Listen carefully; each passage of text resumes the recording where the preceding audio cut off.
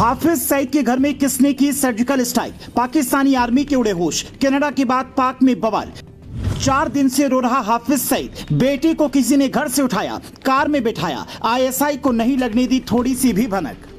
क्या लॉन्च हो गया है ऑपरेशन मास्टरमाइंड? जिस ड्रोन ने लादेन को बनाया था निशाना, भारत खरीद रहा वही ड्रोन।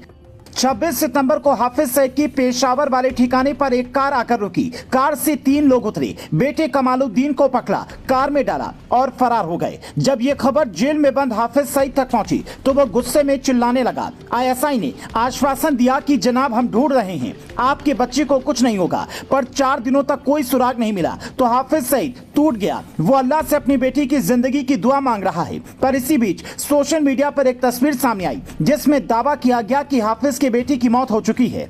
हालांकि इसकी पुष्टि अब तक नहीं हो पाई है, पर सवाल है कि पाकिस्तानी आर्मी की सुरक्षा में रहने वाले हाफिज के बेटी को गायब किसने करवाया। शक की सुई 4 लोगों पर घूम रही है, लेकिन सबसे ज्यादा पाकिस्तान का शक भारत पर होगा। 1 साल पहले हाफिज के घर के बाहर जब वारदात हुई तो यूपी के डॉन बबलू श्रीवास्तव का नाम सामने आया। पाकिस्तान ने कहा कि ये रॉ का एजेंट है, पर यह दावा फर्जी निकला। ये सच है कि हाफिज सईद भारत का दुश्मन नंबर 1 है। 26/11 के मास्टरमाइंड हाफिज को लेकर कई बार मांग उठी कि पाकिस्तान में घुसकर इसे खत्म कर देना चाहिए। तो सवाल है कि क्या ऑपरेशन मास्टरमाइंड लॉन्च हो चुका है और बेटे के बाद अब बाप की बारी आने वाली है।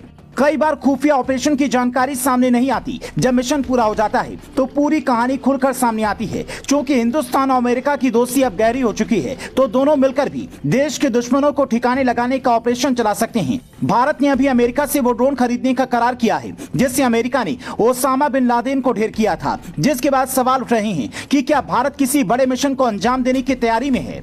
पाकिस्तान चाहे कितने भी दावे करे, सच ये भी है कि हाफिज की बेटी के पीछे उसकी खुद की खुफिया एजेंसी आईएसआई या अमेरिका का हाथ हो सकता है। क्योंकि इस मामले के बाद 2 तरह के सवाल खड़े हो रहे हैं। पहला, क्या हाफिज को जेल में भावनात्मक रूप से तोड़ने के लिए आईएसआई ने यह जाल रचा ताकि बेटी की खबर सुनकर सरगना सुधर जाए और फिर पाकिस्तान की छवि वैश्विक स्तर पर सुधर सके।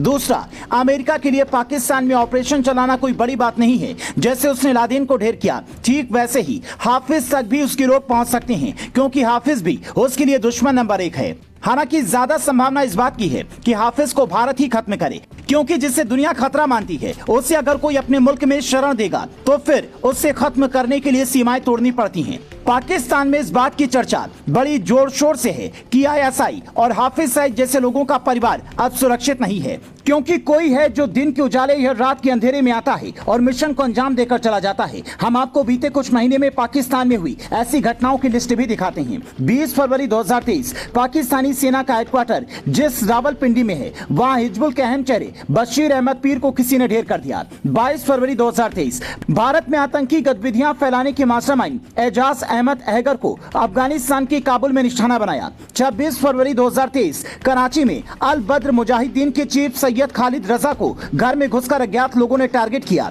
6 मई 2023 लाहौर में पाकिस्तानी कमांडो फोर्स के मुखिया परमजीत सिंह पंजवल को अज्ञात लोगों ने सीधा ऊपर भेज दिया, जिसके बाद सवाल उठे कि वो अज्ञात इंसान कौन है जो देश के दुश्मनों को एक एक कर ठिकाने लगा रहा है। भारत खालिस्तानियों से निपटने के लिए प्लान बना रहा है, ये पूरी दुनिया को पता है। लेकिन इसके साथ ही हाफिज सईद के बेटे के साथ इतना बड़ा खेल होने वाला है, किसी को अंदाजा नहीं था।